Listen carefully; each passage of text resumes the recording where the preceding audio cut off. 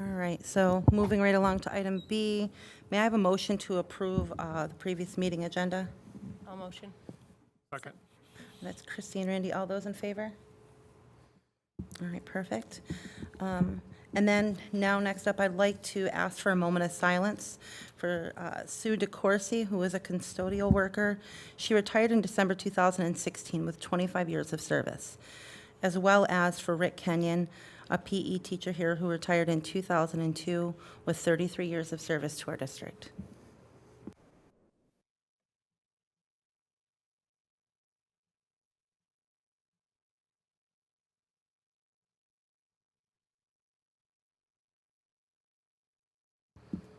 Okay, thank you for that. So next item on our agenda is item C, our community open forum. And we do have Mrs. Haley Lobdell here for the girls, well, Hopeful Girls Wrestling Program to come up and speak. I do want to let you know that you have about 3 minutes, but you're free to approach the podium.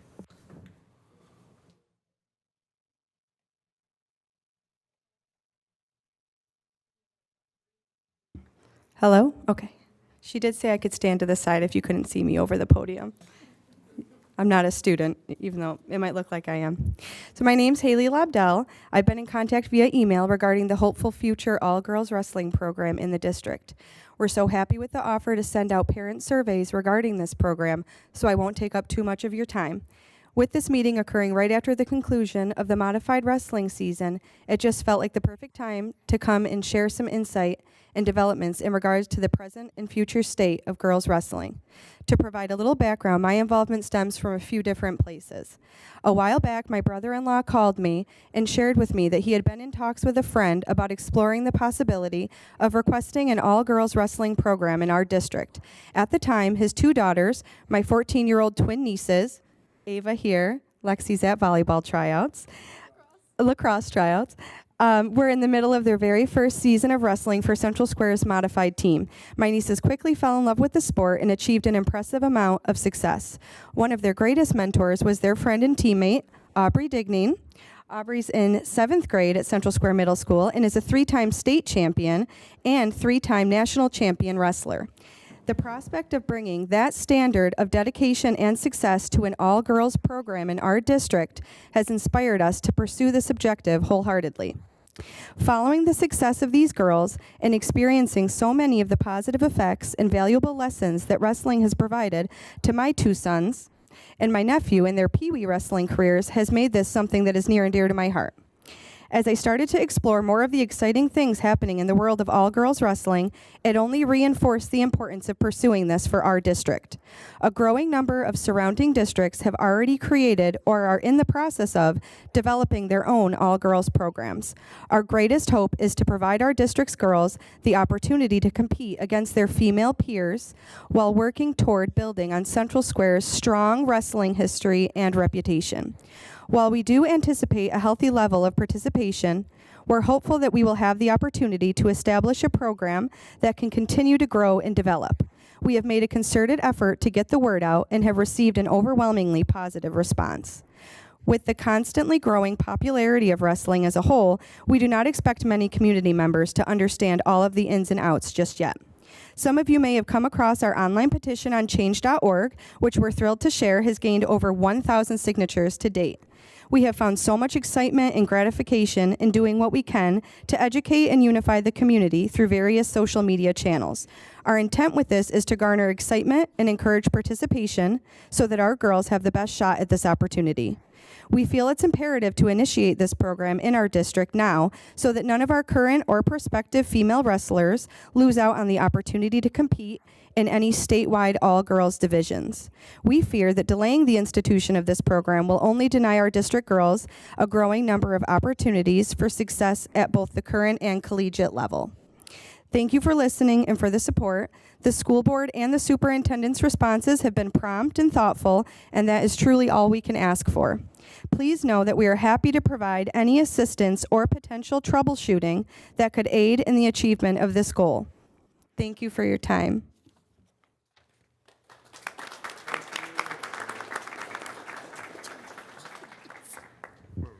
We don't go back and forth, but what I will say to kind of help drum up some excitement among the girls that wanted the team. Not only are we going to be putting the survey out at middle school and high school, but I was talking with the athletic director last week, and we're going to have open mats for girls that want to be able to come. So maybe some people may be nervous about signing up, but if they came to an open mat, and they might be less, worried about trying it if they can actually get out there. Yeah. Thank you. Thank you for coming.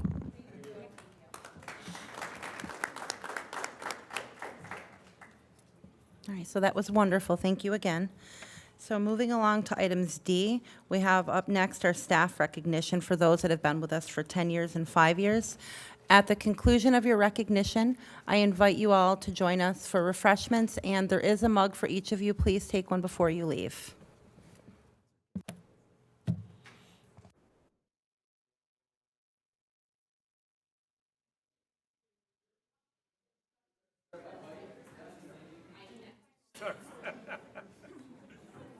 Star by a lady says, cheater.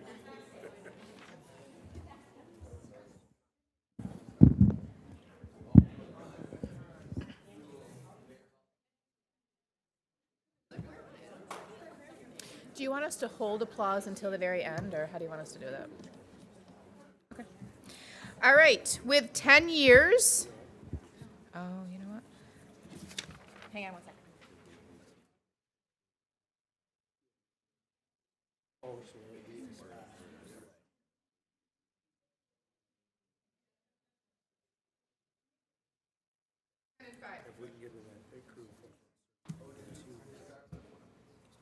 Okay, ready? All right, with 10 years, Kristen Bell, librarian at Hastings Mallory, that one I know. Start with Casey and then end at 10.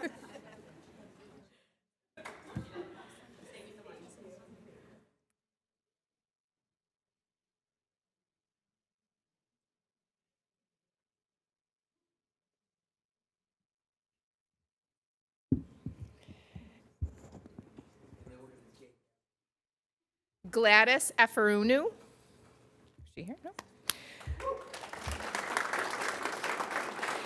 Allison Eisner Pitcher. Oh, there she is. Snuck up behind me.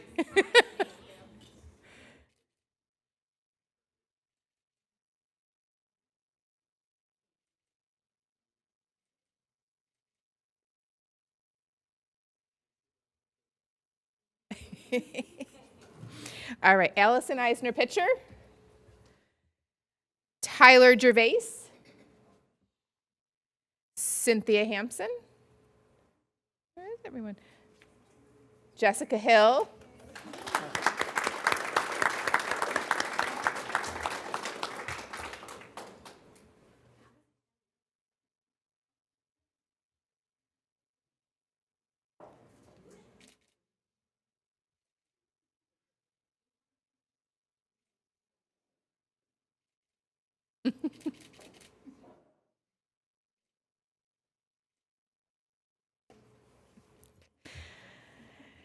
Nadina Hilton. Tracy Latif. Todd Leo. Tracy McCaffrey.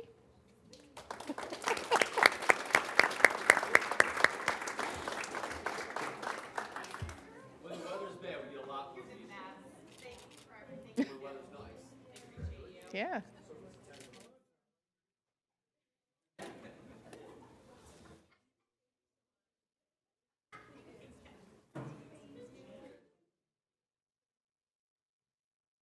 Corinne Moore, Danielle Meigel. Corinne Morey.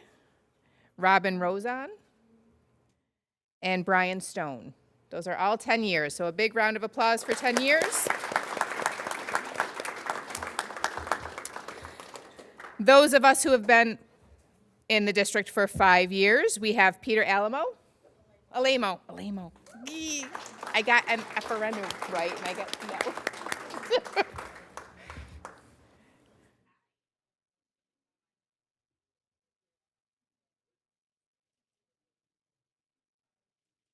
I should have known it's an AI together, so it makes a long A sound. I should have known that. Brandon, kick me.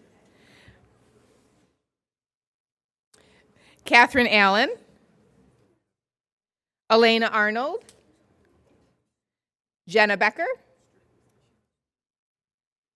Mike Cicerelli, Tracy Kahn. There she is, sneaking up behind me.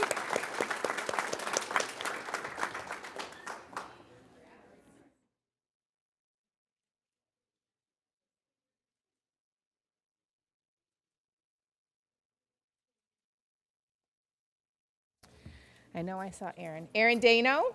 Did you see her? I knew I saw you. Oh my God.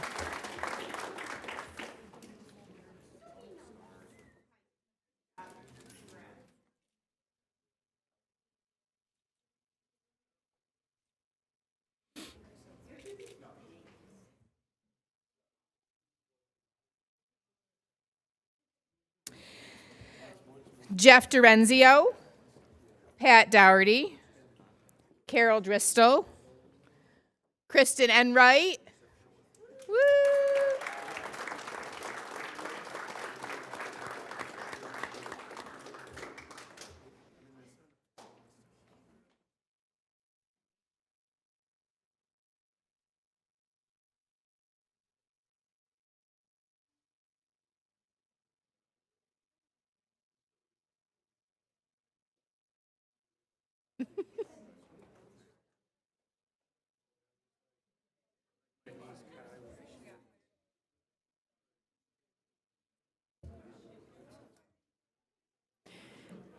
Yvonne Frisha, Lindsay Hart,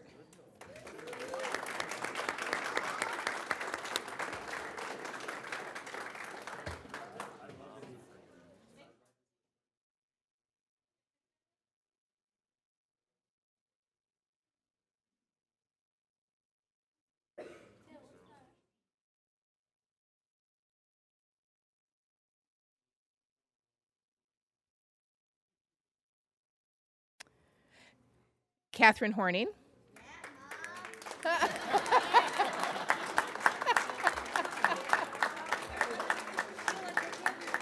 He's so quiet in school.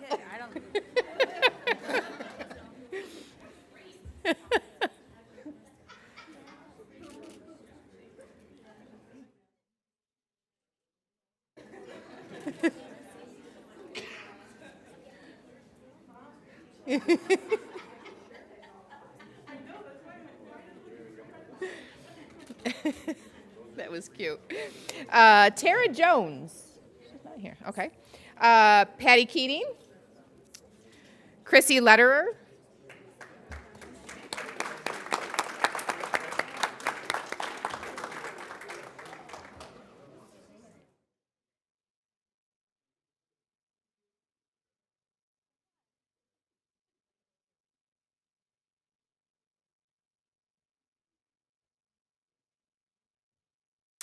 Sheila Mahar.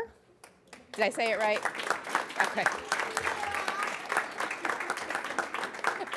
I never know now. I got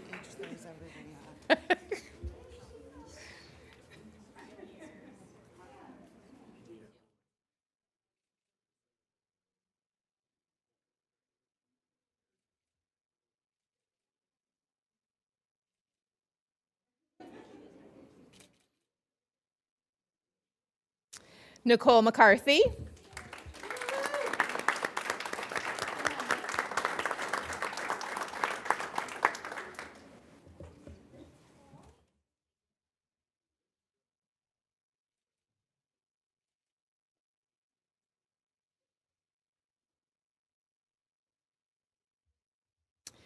Alicia Melvin. Carrie Miller. Elizabeth Otero.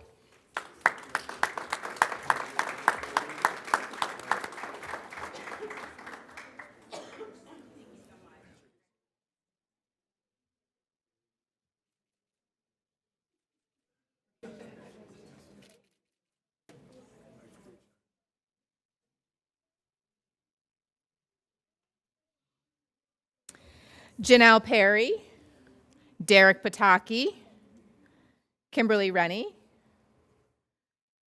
Paula Rokus, Jeff Ryan, Kim Stala, Cindy Suchecki,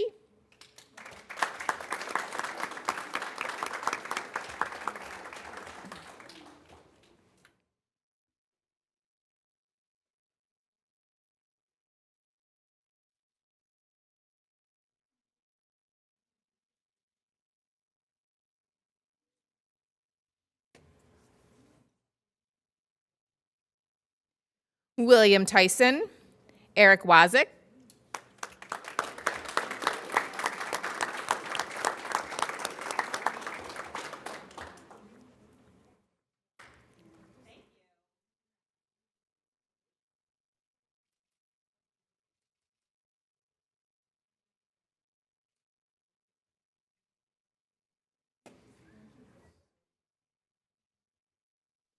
Tina Watson, Mark Webster, Caitlin Westcott, and Maureen Yanulis. Yanulis? And that is it for 5 years. So thank you to all of our congratulations. Picture or cake? Brandon, where do you want the picture? Do you follow Brandon? Smile pretty.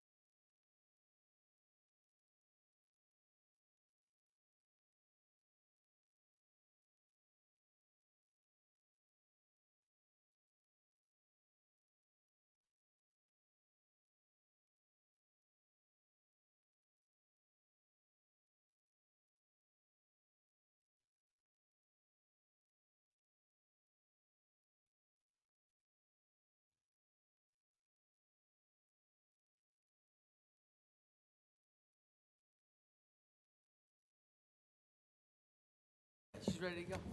All right. So we're back in session. So next item on our special presentations to the board is our budget presentations by Mrs. Maureen Ladd.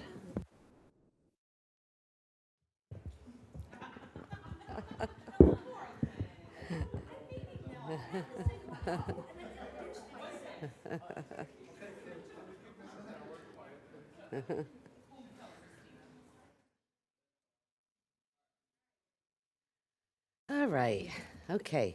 So tonight, we're putting out a preliminary or a budget that we put together with Cabinet, Tom, everybody, for your consideration.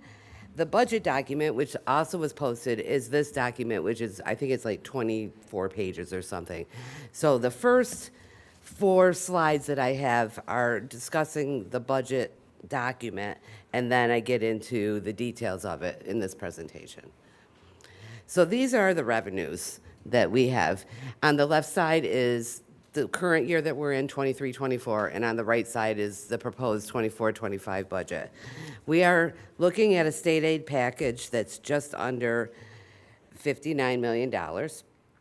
And we do know that there might be some movement on that. They're talking right now at this Assembly and the Senate have put in their, what do you want to say, their bids on the process. They're actually asking for the foundation aid to run fully, which we know, we had that in the last month's presentation. It's another $500,000 for us, which would be awesome. And they also are looking at putting some funds towards the prior year adjustments that have been sitting there for years and years, so maybe we get some more money there. Our tax levy, we're proposing a rate of 4.23%, which is less than our cap, which we talked about at the last presentation.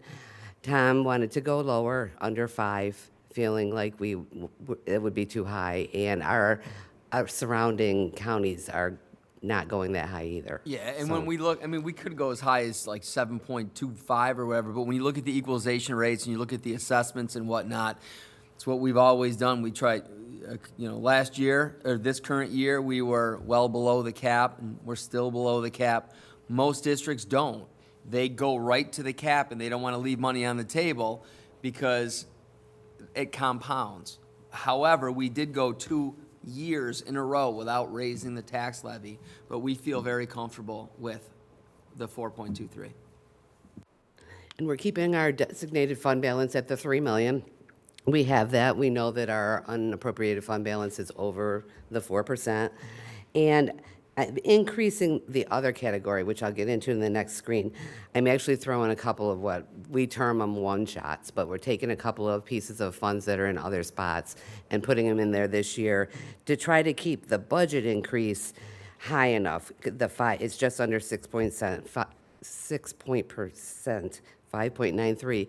Basically, we're bringing in all the expenditures from the grant funds that are being eliminated, the stimulus money. So we want to make sure we have a budget high enough to bring that in. And it's interesting, but you cannot overspend your budget. You can make it high and be ready for it, but you can't, the real bad ticket is making it too low. So that's why you put in some of these other revenue items to kind of hedge your bets, so to speak. So the line that is in red, that's the proposed for next year. It gives the details of the total state aid package. That's the legislative run that we went over in January. In the next line is our other expenditures. And if you look, I have an interfund transfer, debt service. There is money over in debt service that has accumulated over the years. When you sell bonds at premiums, different things that have happened. It's been sitting there for a long time. The $1,065,000 is essentially the band principal and interest payment that's going to be due this year. So you can use debt for debt. So we can bring it into the general fund and use it towards our debt. So I felt like this would be our time to do it. This is probably going to be a year when we are going to get into some of the appropriated fund balance and stuff, because we're bringing a lot of expenditures into the general fund. And the health insurance line is money that I have out there in accrued liabilities. 4 years ago, we went into the cooperative. And prior to that, we were what was called an insured product, but we were minimum premium. And you had to, so we held our own plan, and you had to have funds deposited at Blue Cross Blue Shield and in other places. And so over the years, that money has come back to us, and we need to get it back in as health insurance. So this is an opportunity to get that back into the budget. On the expenditure side, these are our standard 6 categories, and we'll get into these in detail as we go through the presentation. The biggest portion of our changes is salaries. It's going up just under 7%, and that's because we're bringing in, I think it's 20 positions out of the stimulus funds, which is the grants. The fringe benefits, I'm going a little low on that number because we have realized some, what do you want to say, savings in the health insurance due to the negotiations. We have changed our prescription drugs with some of the units, and we have another unit to go this year. So we're hoping that we can hang on to that percentage. City BOCES is going up quite a bit. It's both the costs and we're increasing who we send there, both special ed students and CTE students. Our debt service is what it is. We know what that's going to be. Our other is basically everything else. And that kind of stays right around the same number, and it's a small percentage of our budget. Fuel and utilities, I think we're going to be good because we boosted them up pretty good last year, knowing that the cost of fuel was going crazy. And this page too, these pages that we've just gone over are the first 4 pages of the budget that is available for everybody to look over in this next month. And call me if there's anything in there you have questions about or want to look at. So each one of these expenditure categories, and we call them just that. We say 1010s or 1060s or 2110s. They're all coded per general fund balance, laws. But these are the lines of each of the categories. And as you go down through, if you go into the budget, each one of these categories has detailed lines in it. So you can go in and see exactly what's in each of the categories and what pieces of it are increasing or decreasing.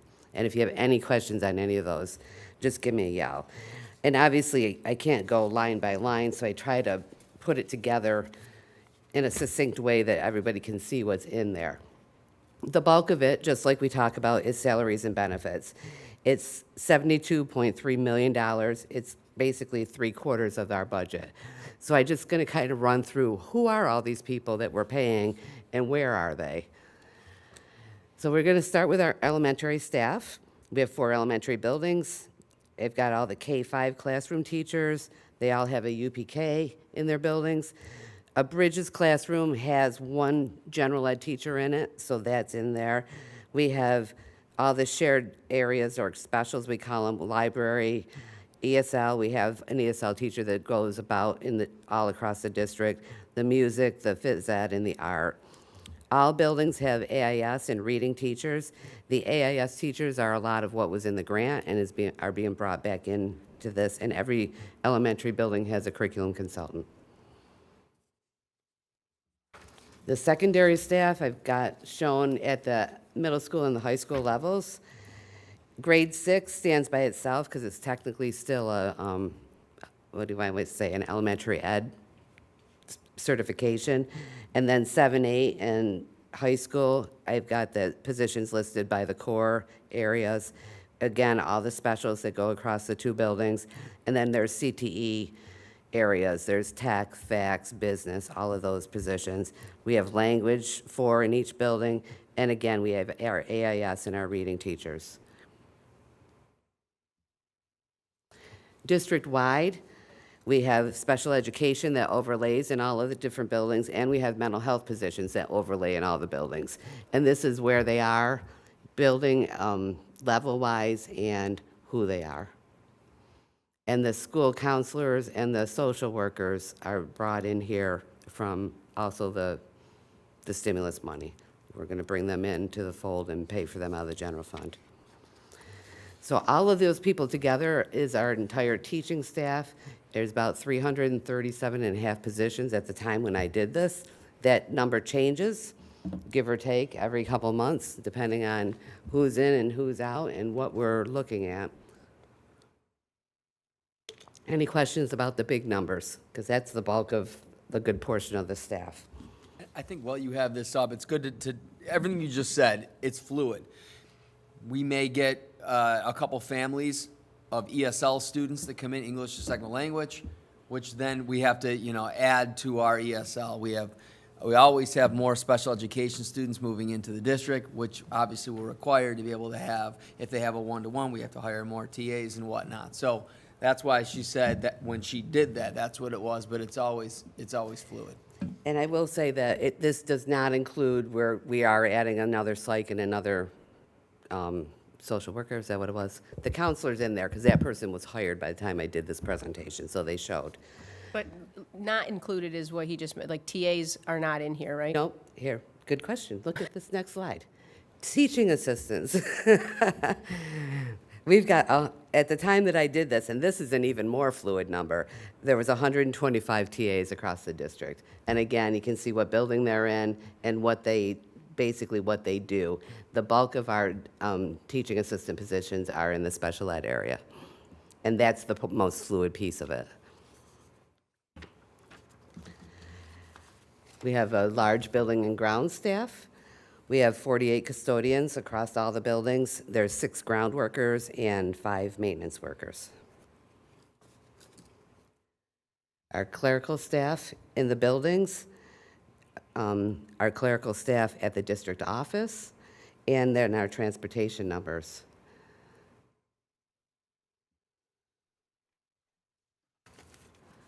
We also have non-instructional supervisors is their technical term. That includes, the director of food service, the facilities director, transportation director. There's technology positions in there because there's civil service titles that are competitive. There's a head mechanic and 2 dispatchers. We have monitors and nurses in all of the buildings. And then we have our administrators. We have individual contracts up on the right, and down on the left, we have the administrative association, which is essentially the principals, the assistant principals, and the directors. So that's our staff and basically where they are across the district. Many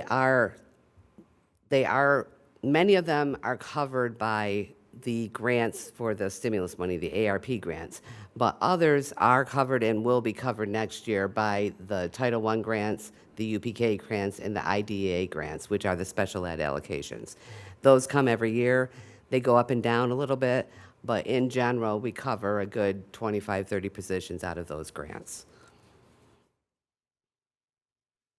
Some budget highlights that are in here is essentially the biggie is the ARP grants are done September, which for us essentially is June 30th, as far as, because the bulk of them are positions. So these positions that I have listed here are what we are bringing into this budget, why it's going up almost 6%. And we're going to keep the 2 SROs along with that, and a transportation director, dispatcher. And also in there, the last 2, and this summer 3 years, we've been able, one of the grants, it's a small one, it's like $313,000, has to be used for summer school. So we've been using that for summer school, but obviously we support summer school and have had it before and will continue to have it again. It also includes, these are not out of the grants, but we have added a school counselor this year. We're adding a psych, and we added a full-time monitor this year at the high school. Some items that are not in there that are basically programs that are not being continued in ARP positions are the TAs that were at the 4 elementary nurse's office. We had put them there originally because of all of the COVID testing, the tracking, and there was a ton of paperwork that went along with the COVID. So when we got the COVID money, that was definitely something that we were eligible to do with it and give the nurses some relief. For part-time monitors and 2 full-time monitors, they were also in the grants, and we honestly haven't had them for the last year or 2 years. But in the beginning, remember, we were taking temperatures, and people had to sign in, and they had to do all sorts of stuff to come in. So we needed a lot more people at the doors, and that kind of went away after the first into the second year. There was after-school tutoring programs that are grant-supported that we've been working on getting those utilized. We're giving it one more push for the next couple months until the money is out at the end of June. And the same with some of the after-school enrichment programs that are in the grants. So what does this have going on? We have a budget increase of 5.93 that includes a tax levy increase of 4.23. And remember, the tax levy is only one piece of the three-part puzzle that makes up the tax rates. We're taking an interfund transfer from debt service for $1,065,000, and we're bringing in health insurance out of accrued liabilities for $625,000. And when you look at the budget, I just wanted to highlight where these are. Those are the two one-time pieces of revenue that we're budgeting into there. That in the corner is where you see the 5.93% budget increase. And if you look in the revenue page, you see that same 4.23 tax levy increase. And I wanted to go over that again quick because what I went over at the property tax levy presentation is not the number that we ended up going with. So we are just the levy. The New York State equalization, real property puts out the equalization rates, and the assessments are done by the towns. So we have 11 different towns, so we have 11 different sets of assessments. On the left is the estimated tax rate that we put out every year. On the right is the actual tax rate that ends up happening at the time that the levy goes out, which is in August. So if you look at this, I'm basically taking the actual tax rate that we know where we are right now, the $14.08, applying that to the levy increase that we're proposing, and that would make the estimated rate go up to $14.68. What actually happens when it comes to August is different than that, because at that point, the assessments are known and the equalization rates are known. So if you look on the left, down at 1718, our tax rate was at $18.90 per thousand. As we've gone through these years of having zeros and not going to the tax levy limit, we're losing tax rate. So our tax rate is slowly going down and has been for the last 6 or 7 years.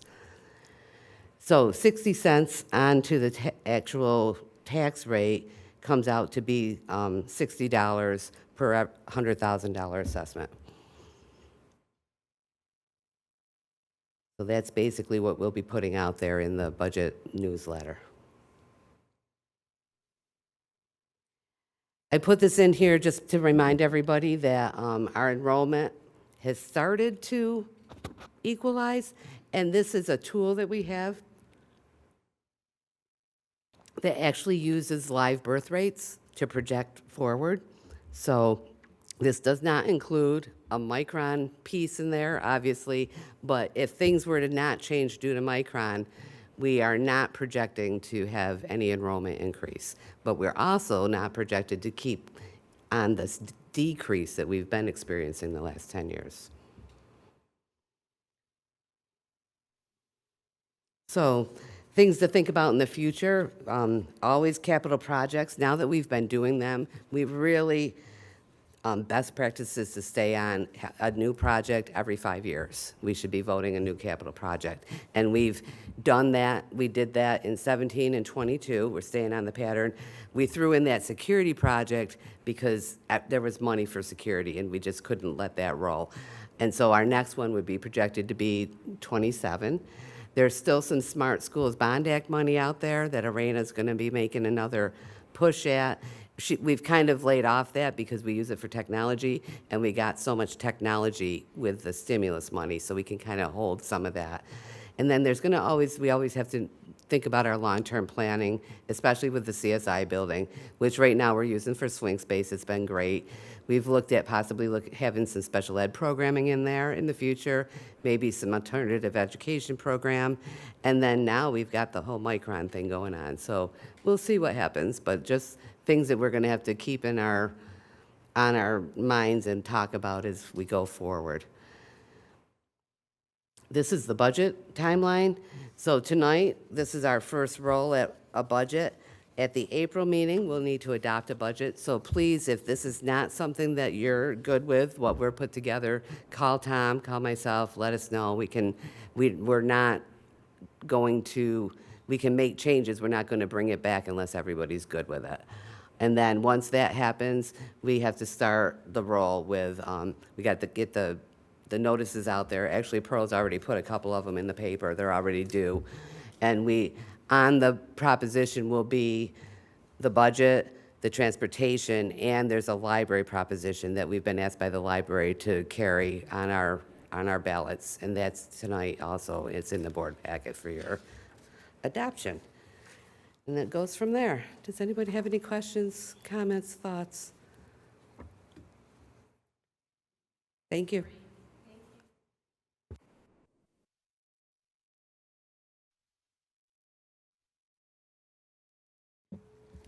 All right. Thank you again, Maureen.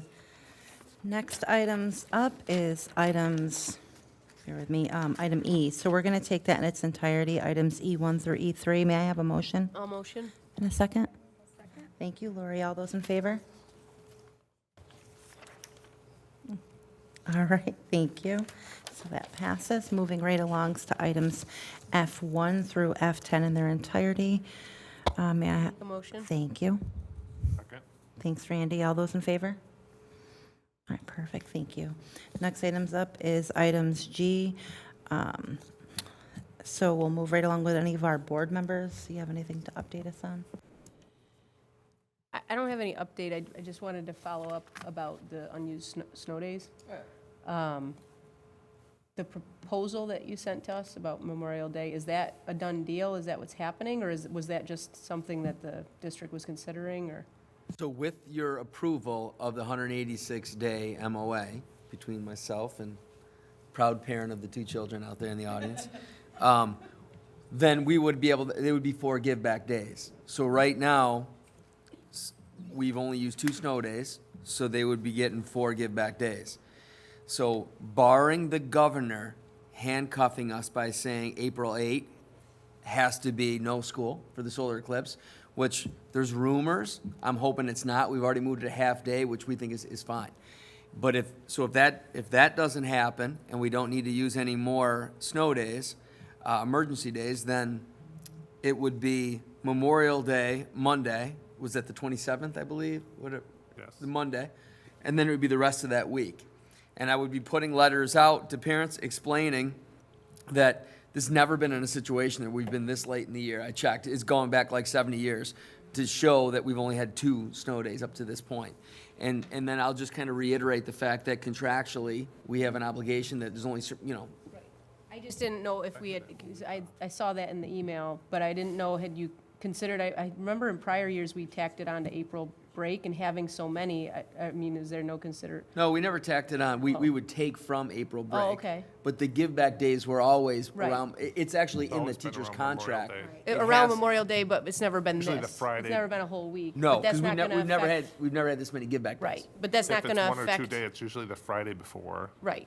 They've My, always I guess done. my only concern is it's 2 weeks before Regents, right? I mean, Yep. so having a week off of school, it would, I mean, is that the only thing that's possible considering the contract, or have we considered spreading them out, So, or? no, teacher's contract says it has to be around Memorial. It's spelled right in there. It has to be around that.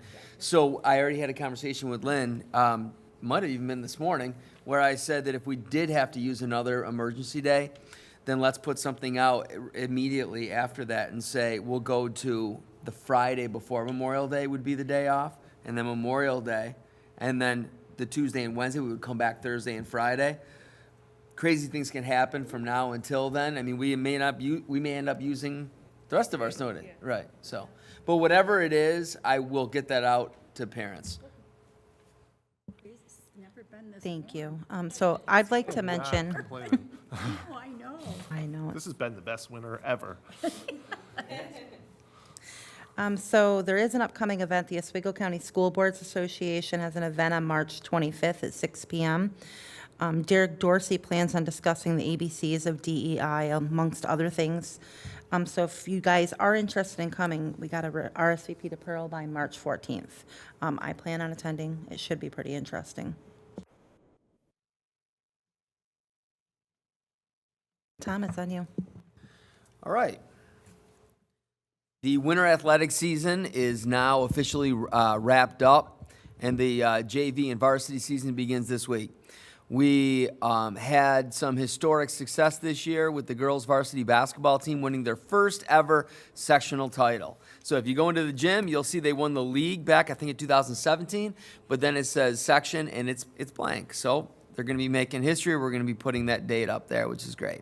Natalie Bush was named tournament MVP, and Peyton Sinclair was on the all-tournament team. The team finished with a 19-4 record on the year. Coach Kevin Rosell was named the SCAC Metro Coach of the Year, and the following were named to the all-conference teams or honorable mention: Natalie Bush, Peyton Sinclair, Emerson Wadowski, Gigi Basile, and Addison Kelly. The wrestling team won the league title this year for the first time since Fulton joined the league. Jackson Perkins advanced all the way to the state tournament in Albany. Truman Rumanicki won another section title and also finished third overall in the state tournament. Aiden Green also advanced to the indoor track and field state tournament where he medaled, finishing 7th overall. Congratulations to all of our teams, athletes, and coaches on an excellent winter season. Also, the following are NYSPHSAA Scholar Athlete teams. Boys basketball, and again, so you know, that's an average of 90 GPA. Boys basketball, boys bowling, rifle, boys indoor track, girls basketball, cheerleading, and girls indoor track. Congratulations. ALA Empire Girls State selections were made on behalf of our local American Legion Auxiliary Unit. Thanks especially to Rose Gilbert and her committee. Shelby Nickerson was selected as the Central Square representative. Rose and the committee mentioned that Shelby presented an outstanding application, and it is an excellent student representative. Our alternatives were also had fantastic backgrounds and applications are Maya Howard and Sarah Hulbert. Congratulations. The rifle team received 3rd place in 3 positions and 2nd place in all-stand the weekend of March 2nd. Nicholas Lennox and Gabriella Rabia, rehearsed and performed with the NISBA High School Honors Band in Liverpool. The NISBA Honors Band is made up of select students from all around the state of New York and is highly competitive. Nicholas performs on trombone and Gabriella on clarinet. Both earned a seat in this prestigious ensemble based on their solar performance in NISMA. Eden Harris, who moved into the district and is in 8th grade, was granted permission by the County Association to audition for the Oswego County Junior High Orchestra that was held back in December. Eden not only auditioned, but she placed 4th out of 24 junior high students who auditioned. As a result, Eden earned a seat in the Oswego County Junior High Honors Orchestra and will be attending the festival in Auburn, New York on March 2nd and March 23rd. Congratulations. And finally, Central Square Music Department, congratulations to the students involved and invited to Mr. Keller Shelton and Ms. Mezek.